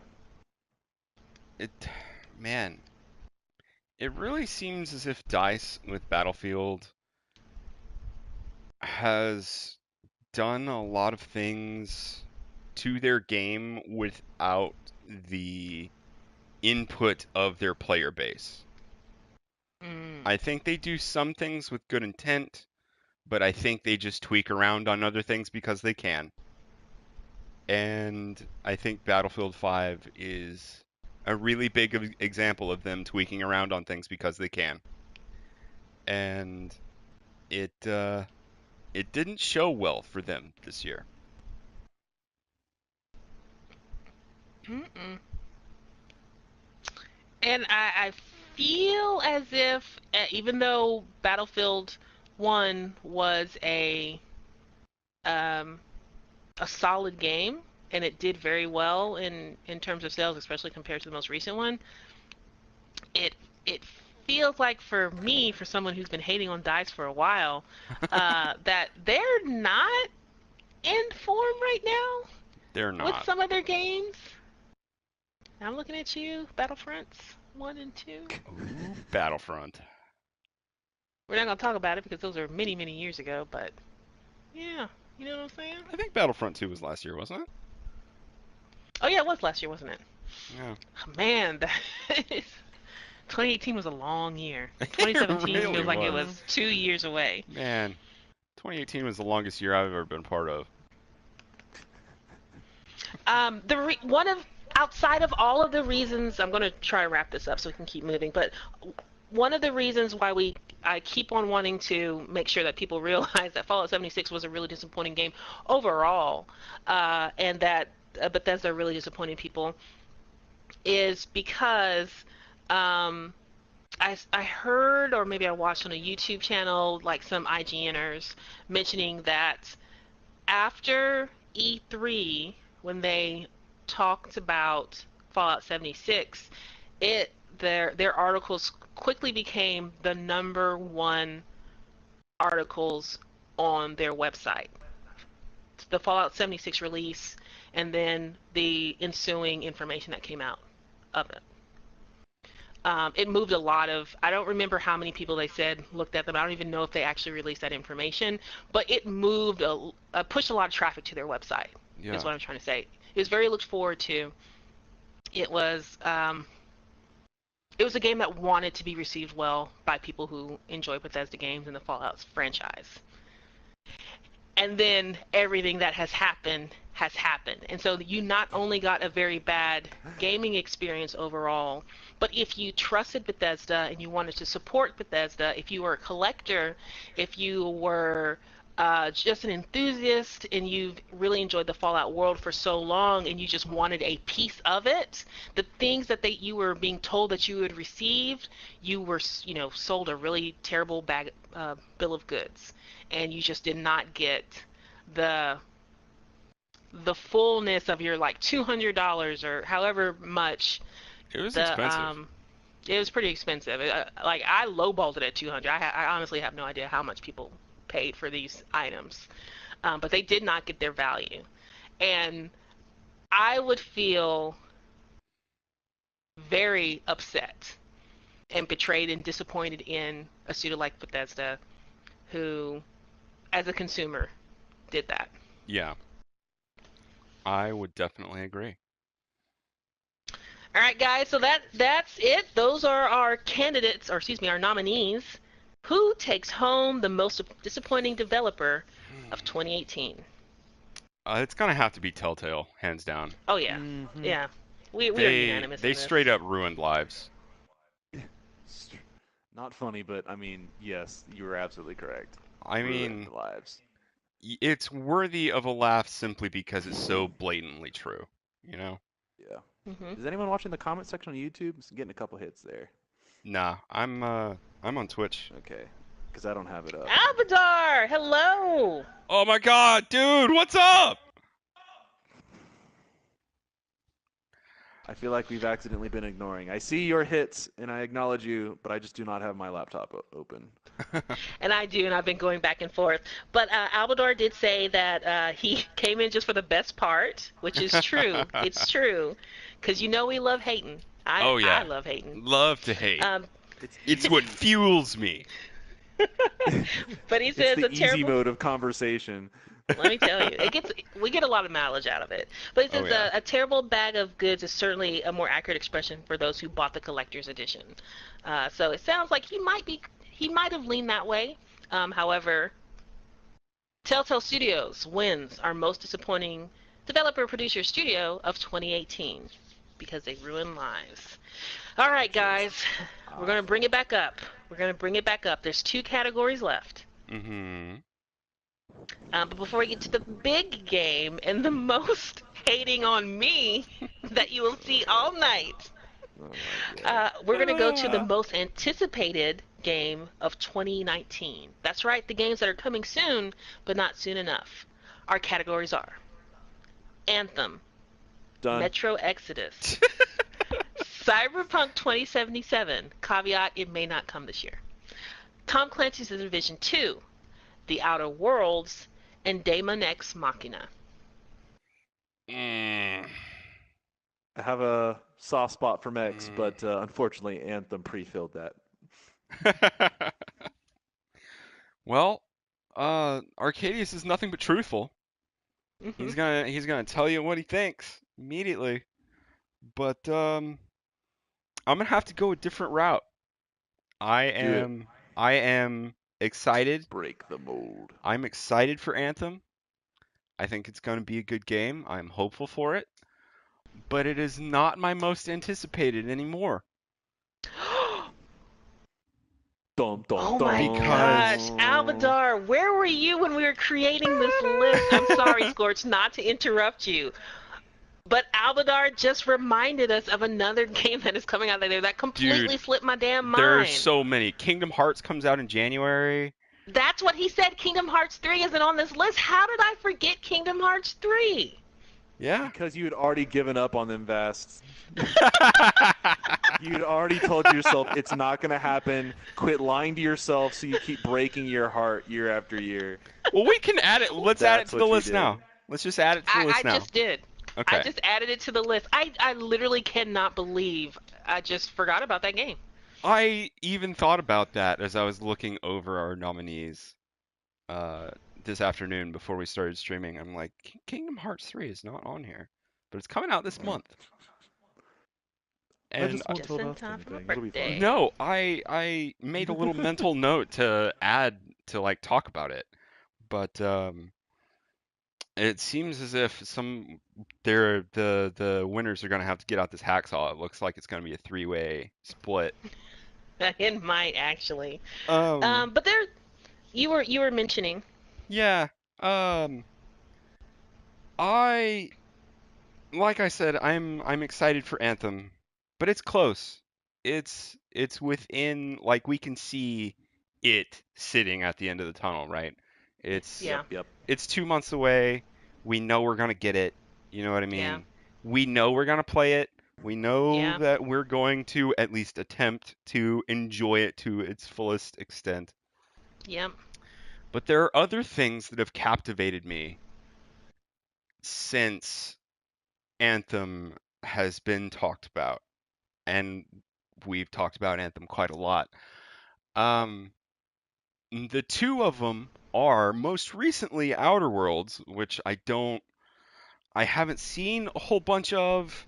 I know it's coming out around this year. I want to say like October or something like that. It's from a company that I enjoyed their products and all of that, Obsidian, and also Cyberpunk 2077, which really knocked it out of the park in E3, and I'm still super hyped for that game. I'm even that was my impetus to build my PC was Cyberpunk 2077. It is costing me more than $60. Like this is the most expensive game that I've ever bought. Is Cyberpunk 2077. This thing is like goddamn expensive for what I'm Let's just say what that I'm gonna do with it. you're personally invested by a long shot. Oh yeah, I'm way personally invested. And I think I'm gonna have to go Cyberpunk. Fair. Okay. Well, guys, No there. qualms about selecting that game. Yeah. So when we were first putting this list together, I was honestly leaning towards the Division 2. Now here's why. Um, it's not necessarily.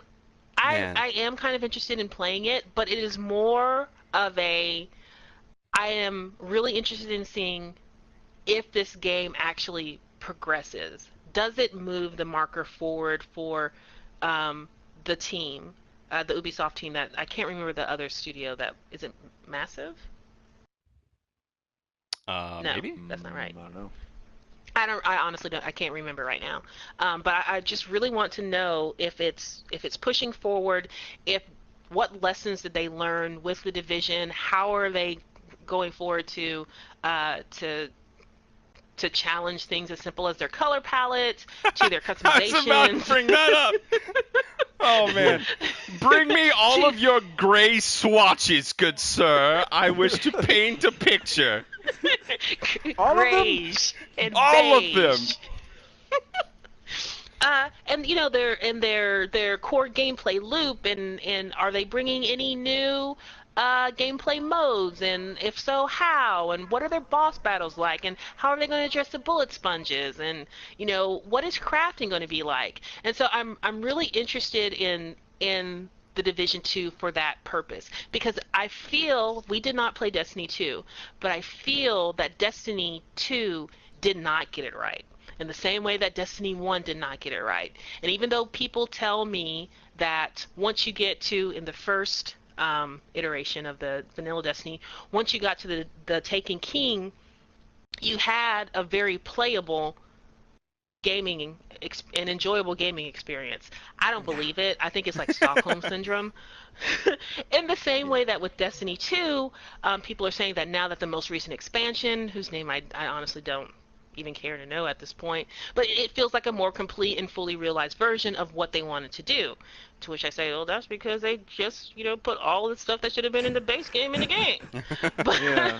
Oh, look, they actually completed their game now. yeah.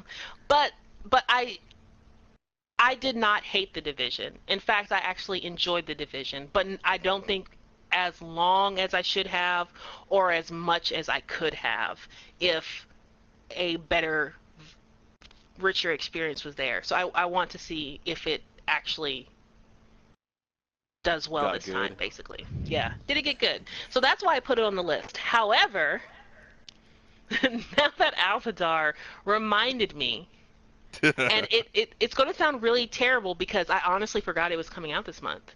And I have been waiting for this game for so long. You and a whole bunch of other people. You are not alone in that fact. Yeah, yes. So many of us have. I'm not even the biggest Kingdom Hearts game, but I did play the first two games on the PS2, and I think I played a little bit of Chain of Memories. All the other handheld versions like Dream Drop Distance and 365 and all the other weird shit that came out, I didn't play. But I'm still invested in the series. I still really loved the gameplay. I loved the amazingly incomprehensible storyline that is That's straight out of so, Squeenix, though. yeah, it's so Square Enix. But then there's Disney characters running around without pants. I know, Scorch. I know. Yeah. Gorsh! Oh, those were really good. The Dizix are really showing today. No, you have not bring Dizix into my game. Oh, You cannot bring Dizix into Kingdom Hearts. You can't do it. You just ruined it. I am no longer anticipating this Lord have game. mercy. Oh my gosh. Oh my gosh. We need a shirt. No, We need a shirt. we do. We Please, need no. Dizix. Please, I'm going to please, send no. it to you. I want to get it made. I want to send it to you. This is your No. new Christmas present. This is your new Christmas present. My original Don't one, do it. out the door. Oh Dizix man. T-shirt. Dizix. Okay, but no. But they got the lead single, or not the lead single, but the main theme song out there. It looks like it is a game that took a long time to make, but it looks like it's so much fun to play, and I can't wait to get my hands on it. And it is appearing low in the month of my birth, a birthday miracle for all to enjoy. So Kingdom Hearts 3 is my choice. I guess that leaves Arcadius, right? For For anticipation? Oh, we or are already you know. just straight up going Anthem? that currently is the game I want to play this calendar year. Man, it's coming out And so next up soon. will be the one from Nintendo, but that implies that I need a Switch. But I'm still holding out on the Switch until the new Metroid game drops, and then that's when I will unequivocally gonna say, be "Yep, years, it's dude." Switch time." You probably won't see in Metroid until 2020, honestly. Really. Yeah, But that- anyway, that's probably about right. then that's when he'll get it. Okay. I mean, if you're fine with Alright, it. So We'll have to this see is the how impatient first. I am this year. So this is unlike last year. This is the first category where we have a three-way split. So congratulations to Anthem. Well, Cyberpunk 2077 and Kingdom Hearts 3. You are our most anticipated games of 2019, and we look forward to feasting on you. Yes. All right, guys, ladies and gentlemen, antibodies and germs, we've come to what you've been waiting for, our final category, the game of the year. Your nominees Oh. are Oh. God of War, Mm, Red Dead Redemption, mm-hmm. Marvel's Spider-Man, Mm-hmm. Assassin's Creed Odyssey, Mm-hmm. Super Smash Bros. Ultimate, and Detroit Become Human. Oh man. So it's God of War, right? We can go ahead and hand out the trophy, Yes. and then we can have an Yes, it Okay, argument. is. Thank okay, you. we're gonna have to argue about Thank this you. because this is not my game of the year. It is absolutely not my game of the year. For which reason, Arcadius? You didn't finish it. You And I have didn't, you and I didn't have finish it. commitment Hold on, issues, hold on. Vast. No. Stop. And I didn't finish it because I wasn't enjoying myself. And I've caveated this a couple of different ways because I totally understand that I set out to do something to make me interested in the game and it backfired. And it made Mm, me twice as disinterested in the game. But I had to mm. do something to make me interested in playing the game. Hurts. Hurts. Yeah. So Well, my if you ever become vote. interested again and you decide, I guess I'll finish this, and then I'm gonna hear, guys, I finished God of the War, and I'm so sorry. Yeah. That's what I expect to hear. Yeah.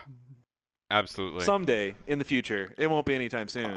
I have Since no idea why you stopped when you did. Because you are yeah, literally just On the on the standing next precipice. to the Blades of Chaos, Fast. You're But so, okay, standing so next here's to the them. thing. I believe I said in our when we were initially talking about this, I said that despite how I was feeling about the game, the opening gameplay and then your first fight with Balder, I totally understood why without progressing any further, I could see what Sony Santa Monica was doing with God of War, and I liked it on a admiration level. Visceral and On complete level. I would not go that far because It if I was a, liked it on it's a a gut. visceral and It's like little baby's ice cream. All right. God of War is a feeling. it's a it, If you know that it's a reference, you know what I mean. feeling. Yeah, I, it really yeah, is. I'm not. It really is, So Vest. so what I'm saying is I didn't get there. I can't explain to you why I didn't. I don't know if it's residual me neither. holdout because I just really didn't enjoy my God of War 3 like experience, and so I was ambivalent coming to the newest one, and even though I was trying to psych myself up to continue playing it, I just didn't get there. Like, but I thought it was beautiful. I thought it was colorful. I really enjoyed the story that they were beginning to tell with Kratos. I did enjoy the combat with the axe. I did enjoy that fight with Balder. Like, that was worth the price of admission. I'm Don't not forget the shield, mad. Bast. Don't forget the Oh, shield. the shield. I loved saying boy for like 6 weeks in a row. Boy. Yeah. Um, but Boy. it did not compel me to finish. It didn't compel me to finish. I don't And understand. I don't either. And I'm not putting it on the game. I'm not I'm putting it just on gonna commitment remain in a issues. state of bewilderment on that topic. But I'm just it gonna call that the unfinished case, and just put it away on the bookshelf because it ain't getting solved. but it can't be my game of the year because for whatever reason, and let me tell you, like, it's not that like I've watched Cory Barlog's like like various appearances. I listened to a lot of different people talk about it, like not just like game enthusiasts, but and yourselves included, but other friends who've played and completed the game.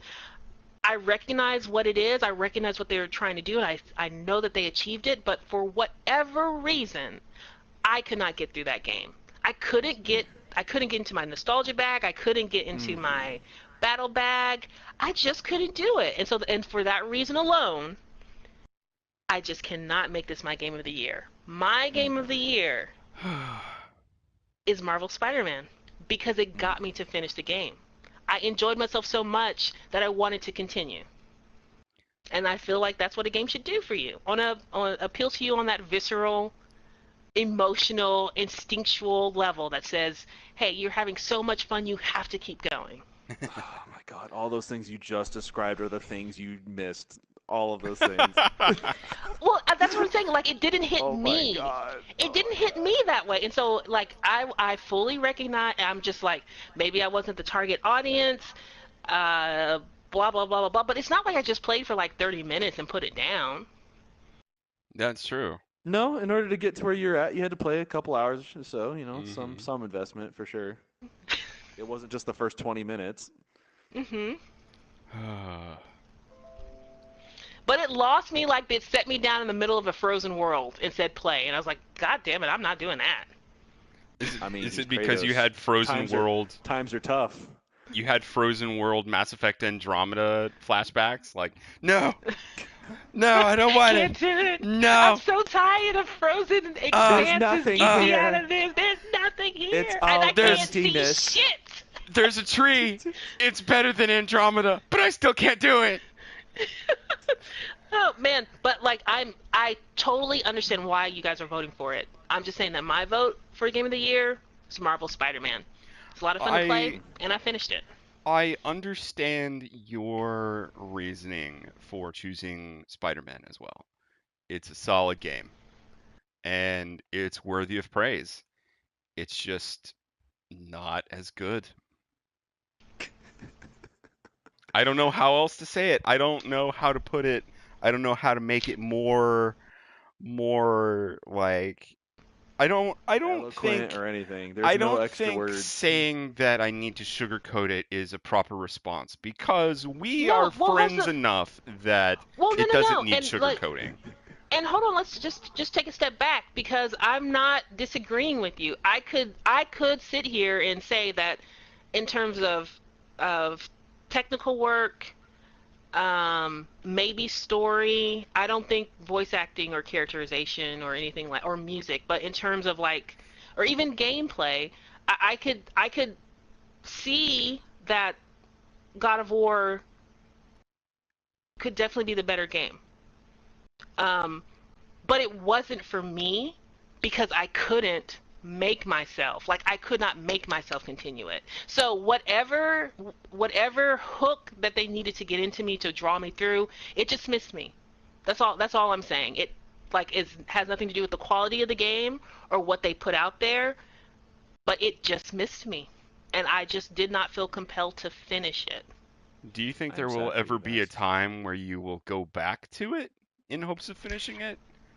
Is that Nah, You something know that we nah, can what? think Jay. forward Well, to? there's a couple of other things like factoring in here. Like the time when I could have gone back to it when there was kind of like a bit of a drought of games, like personal life kicked in, Yeah, and so and coming into 2019, there's so much happening that I don't see myself reinstalling it anytime soon. I But see. that has nothing to that's not a knock on the game. I guess that's what I'm trying to say. Like that is not a knock on the game. All right, That's partly here's what you got to do. This is now the minimum Oh that I gosh, require here of it you. comes. Just the barest of minimums is go watch somebody who has strung all the cutscenes and speech together so you can finish the story. ah. Just Yeah, I think that's do fair. that. I think that's You fair. don't have to smash your way through however many enemies are left. You don't have to solve any puzzles. Just go to the person online who has strung together the voices that have some action in them because it's a relatable voice line that is required for the story, and then the cutscenes. Just Yeah. go watch I mean, those. you're gonna be missing out on Muspelheim, you're gonna be missing out on Niflheim, and those are Just great ignore all of experiences in that. and of themselves. Yeah, But just ignoring all of that fact. Just finish the story, please. And you know what? I think one of the reasons why Spider-Man is my uh, game is because I enjoyed myself so much that it got me. Um, like a second of spoiler time. There's a section of the game where you're in the lab and you notice some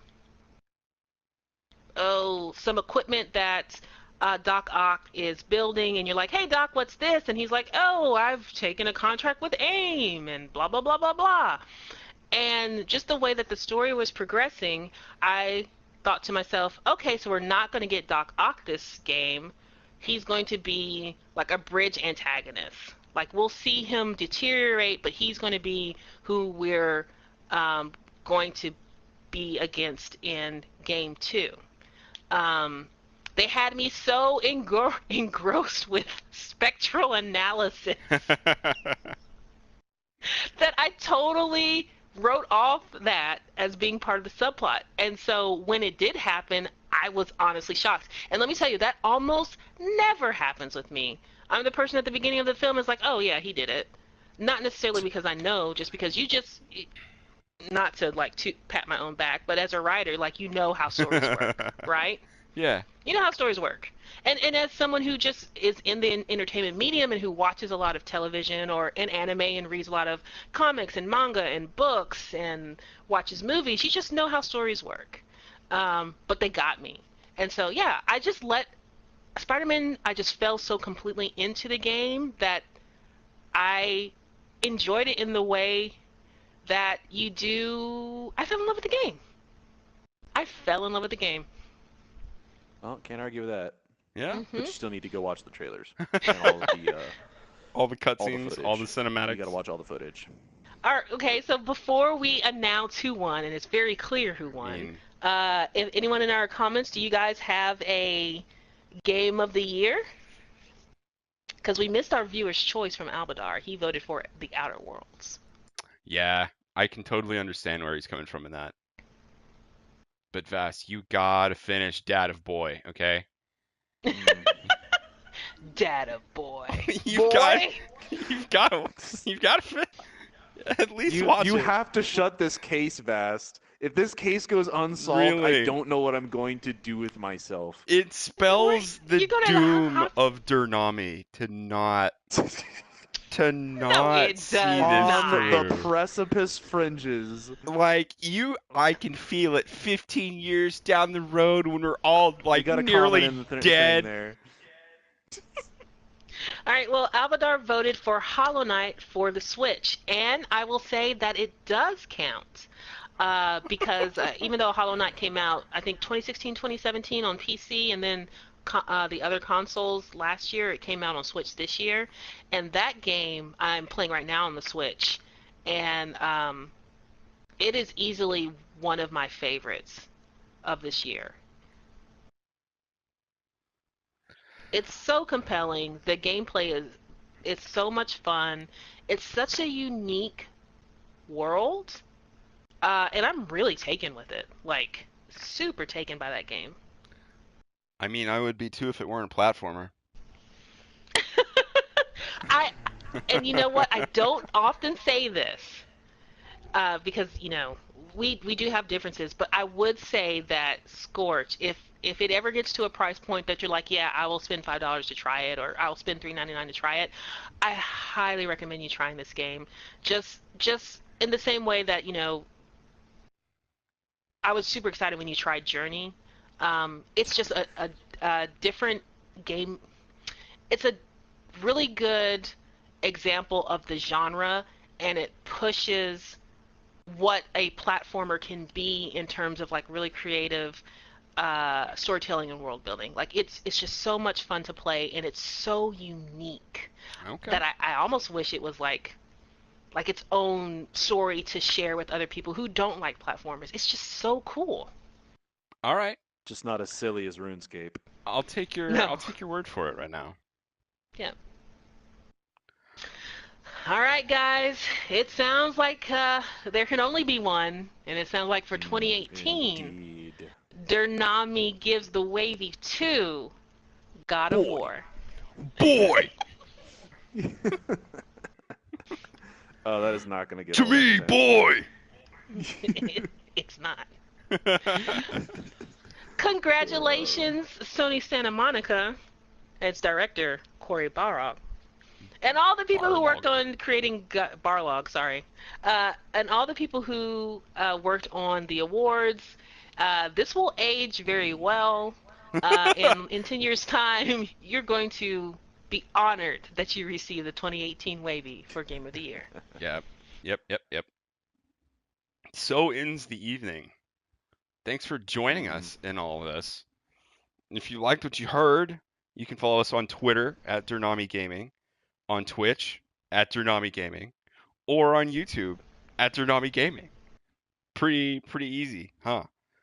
Hmm. Uh, yeah, We'd also like to thank our studio audience for joining, everyone who joined in and out of the chat.